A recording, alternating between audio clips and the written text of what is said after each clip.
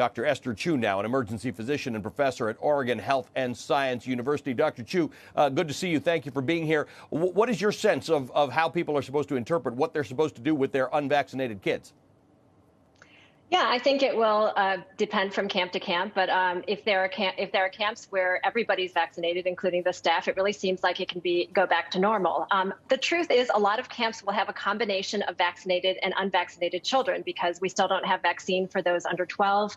Many kids just will not have gotten through the 2 series vaccines in time to go back to camp. And some children, of course, are medically unable to get it or are immunocompromised and just don't get the full benefit. So I think almost every camp is going to have policies and procedures, both for vaccinated and unvaccinated children. They'll still need to be on the lookout for symptoms of COVID, and they'll still need to operate in cohorts where we have groups of kids that kind of travel together so that if an outbreak occurs, either among the unvaccinated or through vaccination, we can contain that quickly to keep the camp open. Let's talk about travel for the rest of us. Memorial Day weekend, in some parts of the country, it's going to be a bit of a washout, but in a lot of other places, lots of people are going to be out with more people than they've seen in the last year. Yeah, I heard that AAA statistic. We're really seeing cabin fever this Memorial Day, and it's totally understandable. I think what we have to remember is 50% people vaccinated also means, cup half full and cup half empty. We still have 50% unvaccinated, and that means we still need to think about when we're going into undifferentiated crowds, particularly indoors.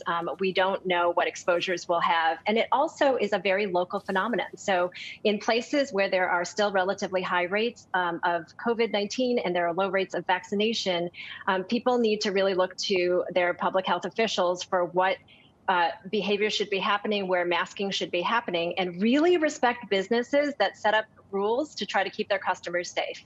So if you go into a place you expect to be unmasked, particularly if there are children and other people who are not yet vaccinated, I think we need to respect the guidelines that are put in place to keep us all safe and comfortable.